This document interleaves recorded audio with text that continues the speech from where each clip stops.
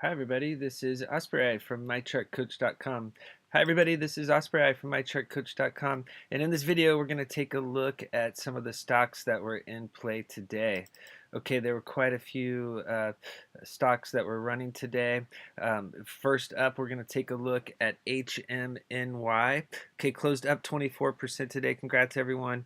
Yeah, very overbought on RSI and Fasto. So this is a chart that we've been working on, we've been showing, and if you can see here, it filled the jar. We were looking for a run back to this 10 level, okay, and that broke today with the close above, and then it hit 11, which was back here in this July and August resistance zone. So that's the key level to break. If it can get above that, then it could run back here to this June, July, this June 2016 resistance level in the 13 to 14 zone. So that looks like this is where it could be headed. That is the high close resistance, and that is going to be the upward target if this bullish momentum continues. You will know that the run is cooling down when there is a close below EMA 4 at 926. Okay, take a look at ROKU. This is the IPO today. Huge day, closed up 65%.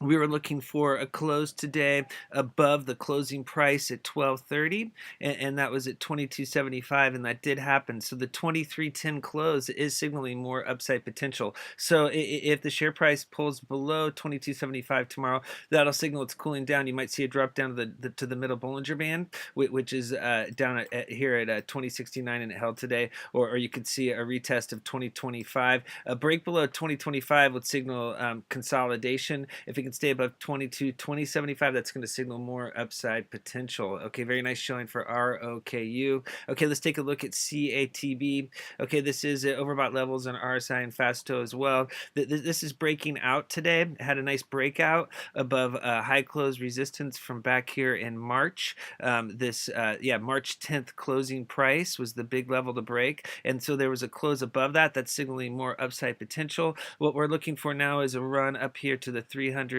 simple moving average at 267. That's the next big level to break. That's lining up with the high of day from back here on March 10th.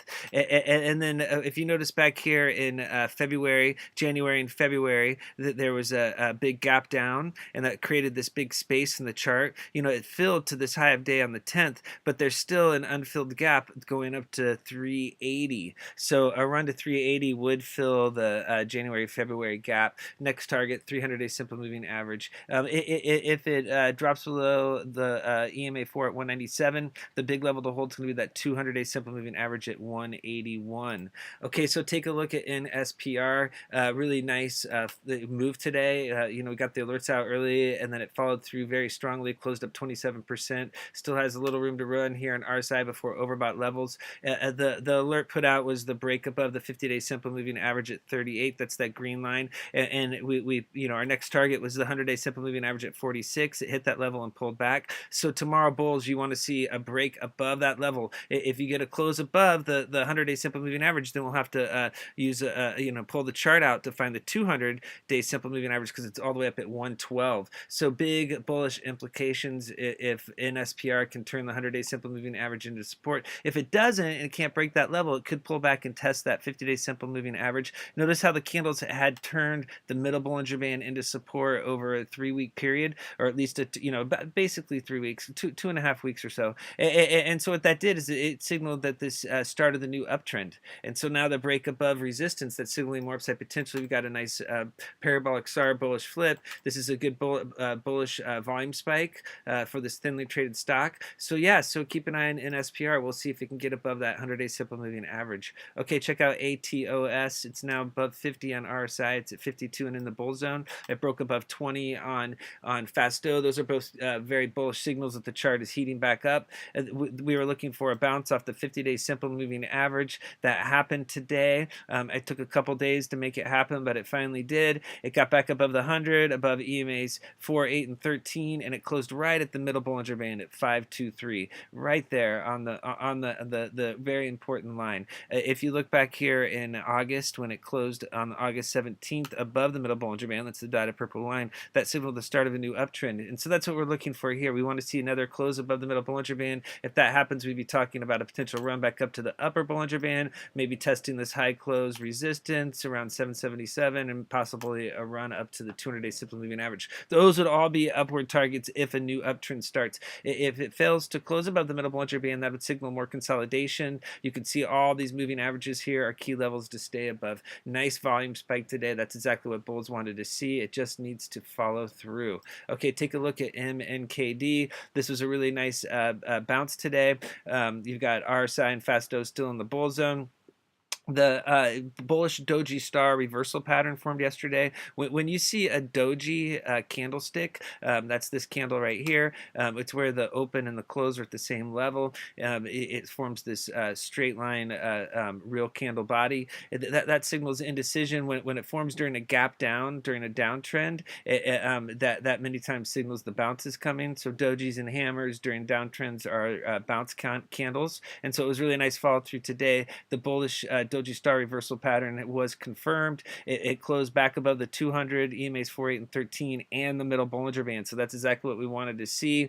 And then the big resistance level that breaks this 227 or so right here, the high close resistance on the what is it, the 15th. And so if it can close above that level tomorrow and break that level, that's going to signal it wants to head higher. If it hits that 227, 228 level and stalls out, you could see it pull back to test that middle Bollinger Band support. As long as the middle Bollinger Band holds, the new uptrend should continue. And notice that there's a nice volume spike, and then you've got the 8, 13, and 5 MACD pinch. You want to see a bullish crossover there. Okay, take a look at OWCP. This used to trade on the big boards, now it dropped down to the OTC. This is a marijuana sector stock. It is up 46% today. It's back in the 50 to 70 bull zone. You had a Fasto maxed out at 100 with the high of day close. Yeah, this was I guess this isn't quite the closing price. This is from 356, but as you can see, it did close above the 50-day simple moving average, and that's at 32 cents. That was the big move today.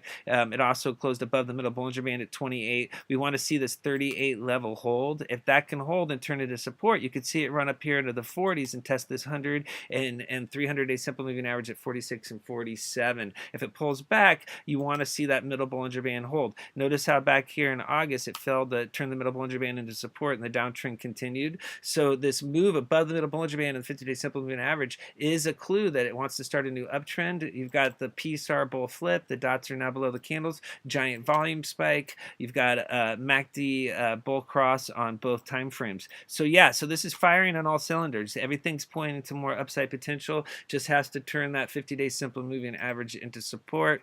Okay, so the big winner today was SOUPQ. This is the Soup Man. Not sure if you guys ever saw that Jerry Seinfeld Soup episodes, the Soup Man episodes. Well, this is the actual Jerry Seinfeld Soup guy. This is the Soup right here. Yeah, and they went BK. Somebody is taking the company over, and yeah, not sure about all the details, but the bottom line is we've been tracking this play, and then today was the big upside. We had a nice alert in our chat today by Jason's. Thanks, buddy. That was super awesome. Great alert yesterday.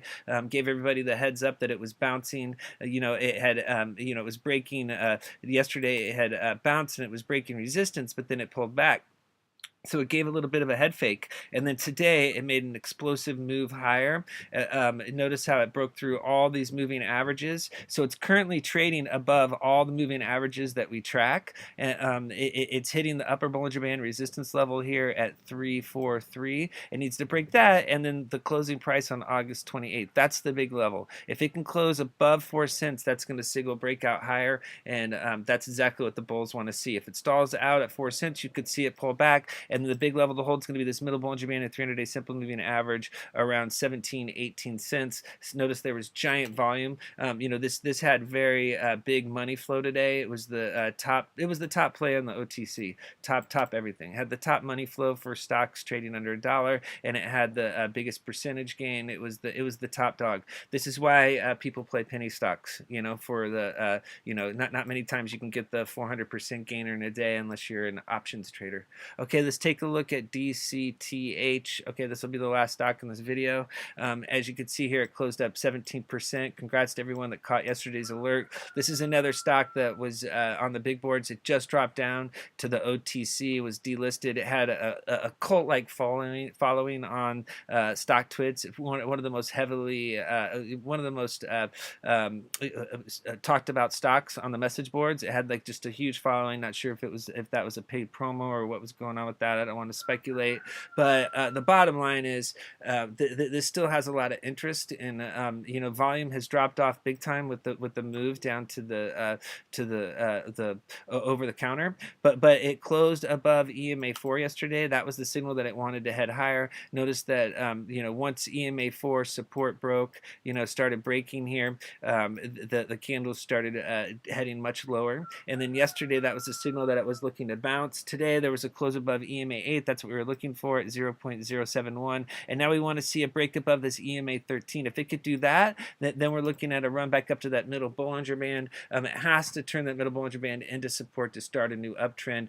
This is a good start though. You know, it had a parabolic SAR bullish flip. You've got a bullish crossover on MACD. If it stalls out at EMA13, it has to hold the EMA4. The only way that DCTH is in play is if it's above EMA4. If it drops back below and it closes below EMA4, it will be a risk to hold. You can see over here what happens when stocks are forming candles below EMA4 resistance. Okay, thank you very much for viewing this video. If you'd like to learn more about charts and technical analysis, check us out at mychartcoach.com and our YouTube channel at mychartcoach.com. Thank you.